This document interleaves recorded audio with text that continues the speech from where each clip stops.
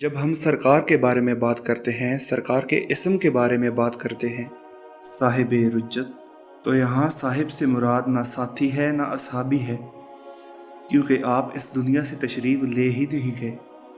آپ نے جس وقت سے ظہور کیا ہے، اس وقت سے ہمیشہ سے ہمارے درمیان موجود ہیں اور رہیں گے۔ رجت کے اصطلاحی معنی سرکار کے لیے درست نہیں ہے، اور نہ ہی ان کے اجداد طاہرین کے لیے، کیونکہ ان پر موت کے عمومی معنی کو استعمال کرنا کفر ہے۔ ان کی محبت میں مرنے والے شہید ہوتے ہیں، ان کے لیے موت کا عمومی لفظ کیسے استعمال کیا جا سکتا ہے؟ حقیقت یہ ہے کہ یہ وصال الہی میں تشریف لے جاتے ہیں، یہ اپنے مرکز کی جانب، اپنے اصل کی جانب لوٹ جاتے ہیں، جز یہ اپنے دنیا میں اپنے کل کے مظاہر کے لیے آیا تھا۔ ایک روز اپنے اصل کی جانب، اپنے کل کی جانب پلٹ کر اسی کی ذات کا حصہ ہو جاتے ہیں۔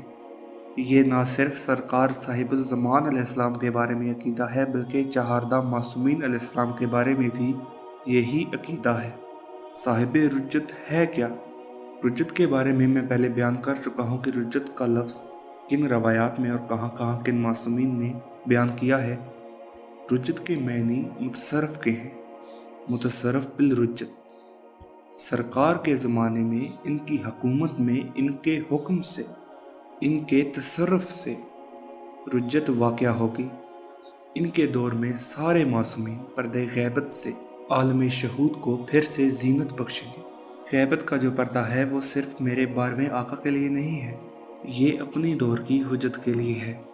مطلب یہ رجت 14 کی رجت ہے۔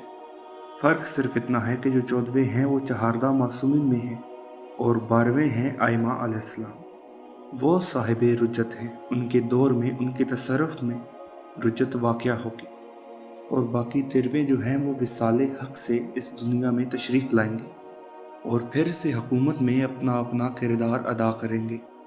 وہ حکومت الہیہ ہوگی، ایسی حکومت کہ جن کے چاہنے والوں کے لیے، جن کے دلوں کے لیے، آنکھوں کے لیے سکون کا باعث ہوگی، ایسی حکومت جن کے دشمنوں کے لیے ظلم کا پتلا ہوگا۔ ایک بات اور میں عرض کرتا چلوں، مومنین کی رجت ایک ساتھ نہیں ہوگی، بلکہ ہر زمانے کے امام کے ساتھ اس زمانے کے امام کے لوگوں کی رجت ہوگی۔ پہلی سرکار کے ساتھ پہلے زمانے کے لوگ، دوسرے مولا کے ساتھ دوسرے، اور اسی طریقے سے کہ ہر زمانے کی رعیت ان کے ساتھ آئے گی، سارے مومنین ایک ساتھ نہیں آئیں گے، تو یقیناً آپ کے دلوں کی کیفیت بیان کرنے والی نہ ہوگی کہ ہم تو 12ویں سرکار کی رعیت، ہم سرکار کے دور میں اٹھائے جائیں گے۔ اور یہ بھی حقیقت ہے کہ مخصوص مومنین اجلال کے ساتھ دوبارہ دنیا میں تشریف لائیں گے۔ اور رجت کے بارے میں یہ بھی عقیدہ ہمارے ایمان کا ایک حصہ ہے کہ اولیاء اور وصل کی رجت ہوگی، اور اپنے اپنے زمانے کے اہم ترین اور مقدس ترین لوگ بھی ان کے ساتھ ہوں گے جب قیام عدل ہوگا۔ آپ نے مختلف احادیث پڑھی ہوں گی، اور اس سے پہلے میں ذکر بھی کر چکا ہوں کہ خود صاحب الزمان کے ساتھ سرکار محمد مصطفیٰ صلی اللہ علیہ وآلہ وسلم اور سرکار کی امتوں سے پہلے جتنے بھی اولیاء گزرے ہیں، باقی انبیاء کی امتوں میں سے کچھ افراد سرکار کعبے کی پشت سے زندہ کریں گے، جن میں سے کچھ افراد سرکار امیر المومنین امام علی علیہ السلام کے اصحاب میں سے ہوں گے، اور یہ ان کی رجت ہوگی۔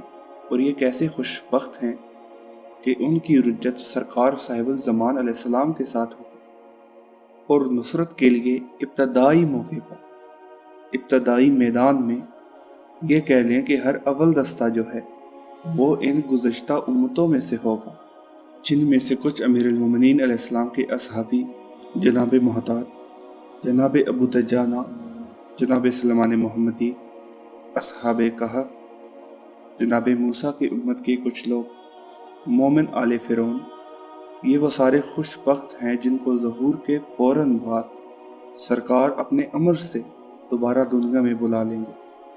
میں نے روایت پڑھی تھی کہ جب سرکار حجت دنا کا دور ہوگا، کچھ امن کے حالات واضح ہو جائیں گے، تو لشکر مومنین جب ایک دوسرے کو دیکھیں گے تو کہیں گے یہ فلاں شخص ہے، یہ اس ائمہ علیہ السلام کے دور میں تھا، یہ اس نبی کی امت میں سے ہے۔ اور حیران ہو کر ایک دوسرے کو بتائیں گے کہ اس لشکر میں کہاں کہاں سے جو ہے مومنین کو پروردگار نے ایک پرچم کے تلے ایک عدل و انصاف اور حکمت الہیہ کے ذریعے ایک جگہ پہ جمع کیا ہے۔ میں یہی بار بار عرض کرتا ہوں کہ یہ جو 313 ہیں یہ آج کے دور میں سے نہیں اٹھنے، یہ غلط فہمی اپنے سے دور کر لیں۔ یہ 313 وہ ہیں جن کی رجت ہے، یہ رجت والے دن کے 313 کمانڈوز ہیں۔ باقی لشکر سرکار کا سپاہی جو ہیں وہ خالص مومنین میں سے ہوں گے۔ سب سے پہلے سرکار حجت دوران کے دور میں مومنین کو یہ اعزاز بخشا جائے گا، اور ان کے بارے میں فرمایا بھی گیا ہے کہ جو شخص دعائے عہد کو اپنے صبح کی نماز کے بعد اپنا معمول بنا لے، اسے شہنشاہ کے حصار میں روز اول میں شامل کر دیا جائے گا۔ اسی طرح بہت سے اعمال ہیں جنہیں معمول بنا لیں ہم تو ہمیں یہ اعزاز ملنے کے چانسز بہت زیادہ ہوتے ہیں۔ سرکار کی رجت کے ساتھ ہم سرکار حجت الدوران کے لشکر میں دوبارہ سے زندہ کیے جائیں گے۔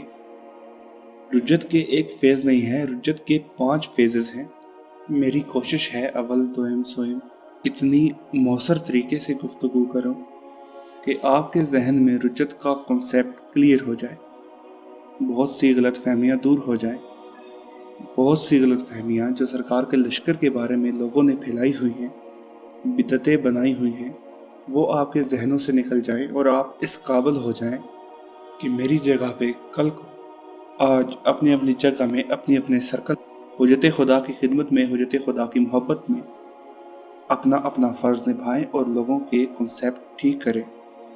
پروردگار علی محمد سے التجا ہے اس پراشوق دور میں ہمارے ایمان کو سلامت رکھنا، ہمارے اعمال و کردار اس قابل ہو جائیں کہ ہم اپنے امام کی حجت کے ناصرین میں شمار ہو سکیں۔